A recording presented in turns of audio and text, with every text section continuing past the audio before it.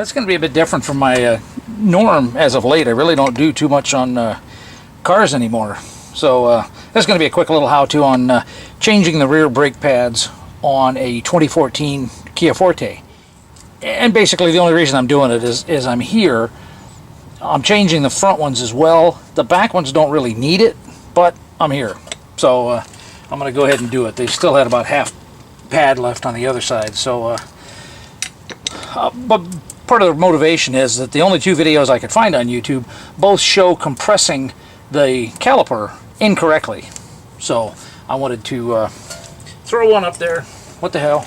Ought to be fairly easy edit and stuff like that. So obviously got the rim and tire off and that stuff. And this is a 14 millimeter. These are the 2 bolts that hold the caliper itself to the sliding pins. Okay, now one thing you'll see the other videos, or most people do, they'll take a screwdriver and come in here and pry this. This piston works with a rotary ratcheting system, so that every time the e-brake is applied, it turns the piston, okay, or it turns a screw inside that jacks the piston out and applies pressure and engages the e-brake, okay, parking brake. So if you don't have to pry on that, there's no reason to. This should come off fairly easy, okay. And I don't have a problem hanging it here because, quite honestly, most of that pressure is hanging on the e-brake, and it's a really light caliper. It's not like those friggin' 30 pound monsters on the fronts and that stuff. So is there a good angle? Yes. Okay, so see the 2 notches in there? That's a dead giveaway that this has to be screwed in order to compress. If you put that typical plate and screw on and jack them in like you would do on the fronts, you can actually damage and break the mechanism inside there that causes the e-brake to actually work. And this is just simply a whole lot less effort than trying to crank it in. So you can buy this square piece at pretty much any automotive place, and it's got a bunch of different tabs running around it and that stuff, and you just find the pair that lines up the best with your piston. And then just turn it in. And it will, at least on this particular make and model, it will just get to a point where it just quits going in, okay? It doesn't quit turning, it just quits going in. And that's really all there is there. And it's not proper etiquette to leave that hanging there. You should put it up on something. There, that's better.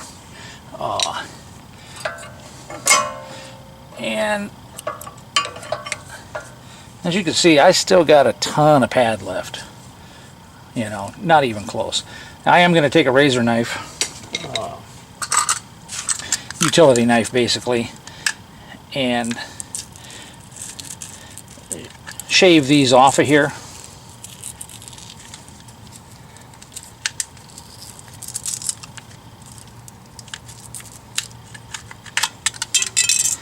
And put them onto the new ones, okay.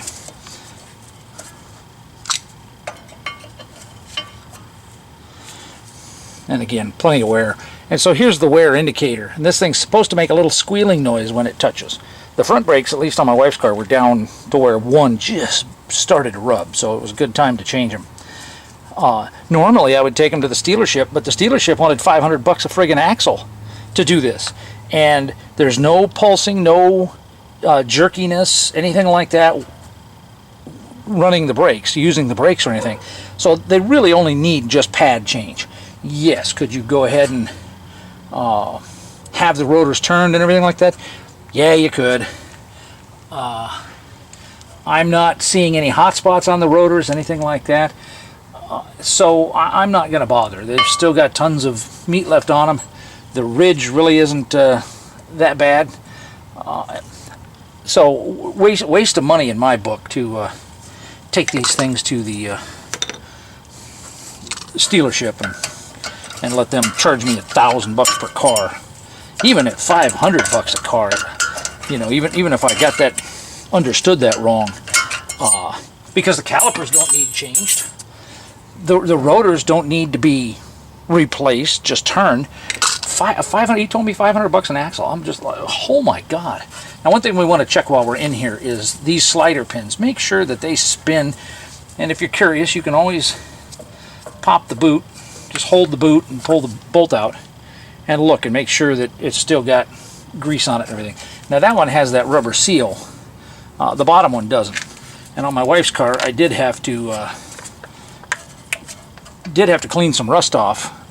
It was just about seized, and I had to clean it up, wire wheel it, blah blah blah. Yes, it could have been good video fodder, but basically I'm mainly just here to show the how to reset that caliper. And these these clips or whatever are in here for the brake pads to ride in and out on, and they just happen to be really friggin' tight to get in on the top here. So I'm persuading them. Okay, now the back pad is the one with the another neighbor running through the cul-de-sac.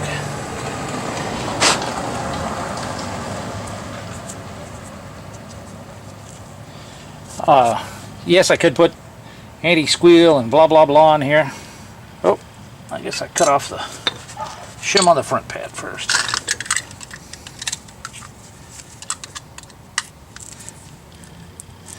Let's cut the one off the back pad.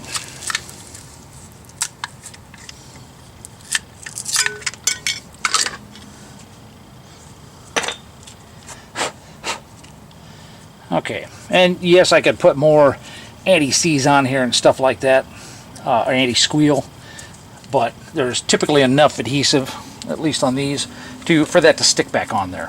Okay, and get it up. I like to get it up in the top one there. I like to get it up in the top one and then put it into the bottom one, because if I didn't get these seated all the way, then I need to take a screwdriver in there and kind of poke it down a little bit, just so it goes in there more easily. And I dropped these, so I want to make sure that I didn't pick up any little rock chunks or anything like that before I put them on. And yeah, I probably shouldn't put my gloves on the surface there. That's what the shirt's for. Okay, that's basically all there is, and then let's just take the caliper, put the caliper back on. And on these, there's no interlock for the pin. A lot of rotors will have an interlock where the pin has a flat side, and so as you tighten it up, the flat side of the pin interlocks with the body of the caliper and keeps it from turning. These don't have that, but once you start to get it snugged up and tight, at least on this one, they don't want to rotate anyway. So that's it. I'm gonna put the tire on and call it good.